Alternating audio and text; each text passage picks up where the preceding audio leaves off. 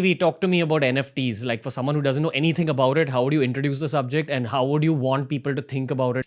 NFT stands for non-fungible token.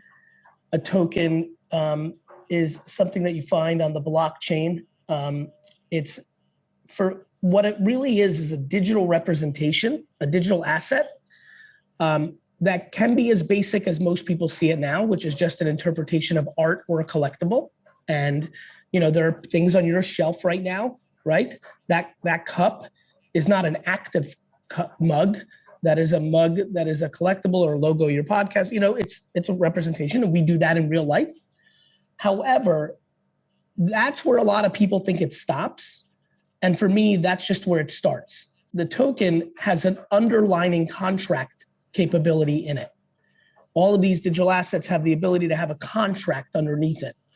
What does that mean? Well, it means that anything that has a contract on Earth is capable of being turned into an NFT.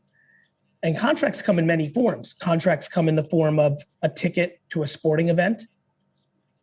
Contracts come in the form of selling someone a home. Contracts come in a reservation to a restaurant. A signed contract to do a meet and greet with your fans. It might mean an obligation to send somebody a hoodie and a mug with your logo of your podcast on it. So, tomorrow, I think people learn from examples. Tomorrow, your podcast is exploding. You say, everybody, I have an NFT and we made 1,000 tokens.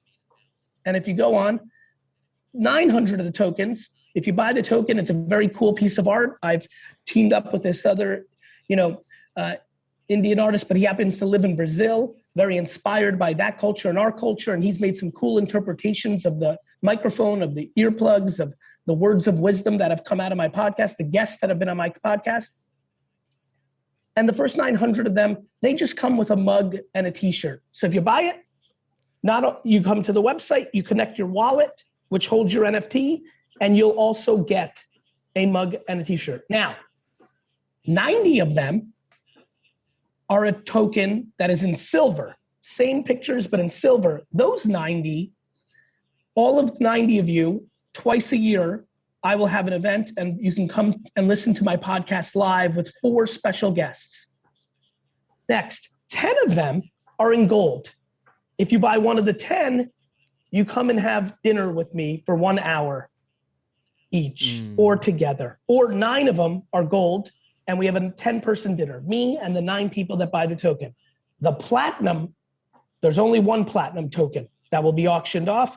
That has dinner with me and you will be on my podcast. That is the part of NFTs that people are not thinking about. After, though, people get their, now, that's fine. That's kind of like easy to understand. Here's where it gets interesting. In the contract, it also says that every time somebody sells a token, you get a 10% royalty. All right? So now we do this whole thing. A fan buys for, let's use American dollars because I understand it better, 80 American dollars, the hoodie and the 8, let's say 8 American dollars, the hoodie and the mug, and they have your token.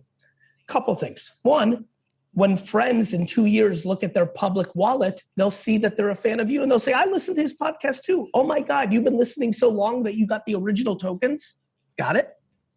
Social currency, like a blue check, like a follow count, like a subscription, like what your rating is on an Amazon podcast. You understand?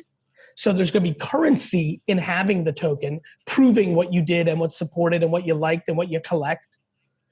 Number 2, now I've been listening to you just like I have fans. And after 5 years, you're like, yeah, I got it, GaryVee. I'm going to move on. Yeah, I still have this token.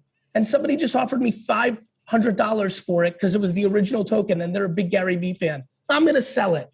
Now you made $500 or $450 because I make $50 on the transaction. So the artist, the intellectual property holder, the originator, now makes all the secondary and in perpetuity transactions on that asset, which is non-existent in our society.